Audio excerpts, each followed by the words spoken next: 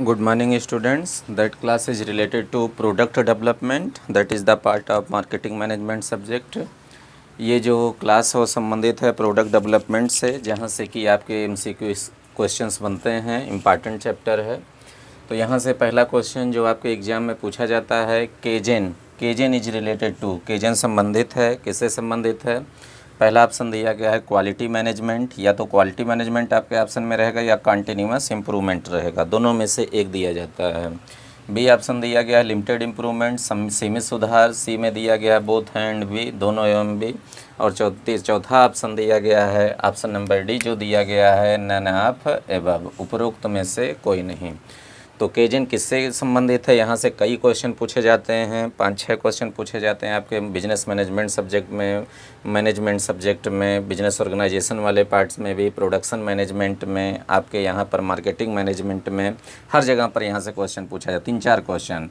तो पहला पूछा जाता है किससे संबंधित है, तो क्वालिटी मैनेजमेंट, इसमें ऑप्शन क्या सही है, क्वेश्चन 1 से। दूसरा क्वेश्चन पूछा जाता है केजन इज़ द वर्ड ऑफ, केजन कौन सा शब्द है, फ्रेंच वर्ड है, फ्रांसीसी वर्ड है, जर्मन वर्ड है, जापानीज वर्ड है, तो जान लीजिए केजन इज़ द जापानीज वर्ड।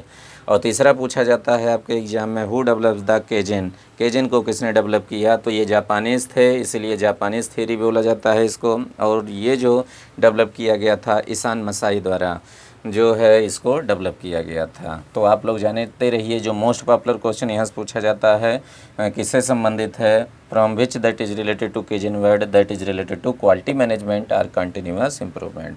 तो in question number 1 A option is correct. दूसरा क्वेश्चन पूछा जाता है which of the following is not related to the principle of product development, not related to the principle of product development पूछा जा रहा है। निम्नलिखित में से कौन सा उत्पाद विकास के सिद्धांत से संबंधित नहीं है।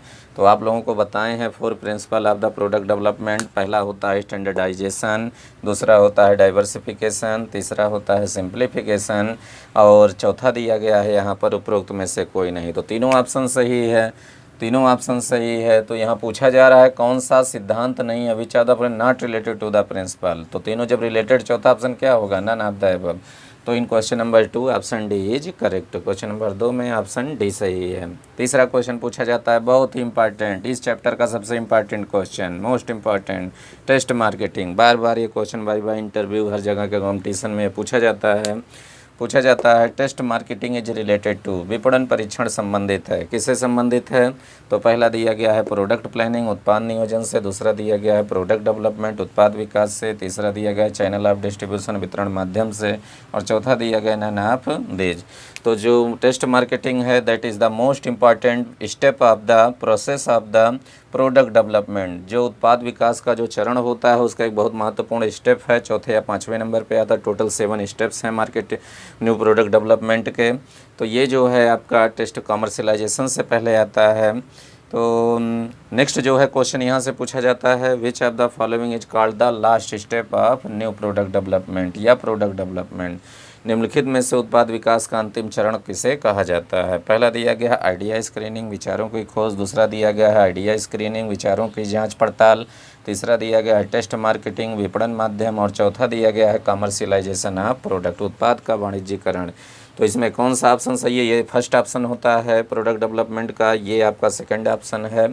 तीसरा आपका है टेस्ट मार्केटिंग, ये उसके बाद जो आपका लास्ट स्टेप आता है वो आपका कमर्शलाइजेशन ऑफ प्रोडक्ट। तो इसमें कौन सा ऑप्शन सही है, option number D is correct in question number 4।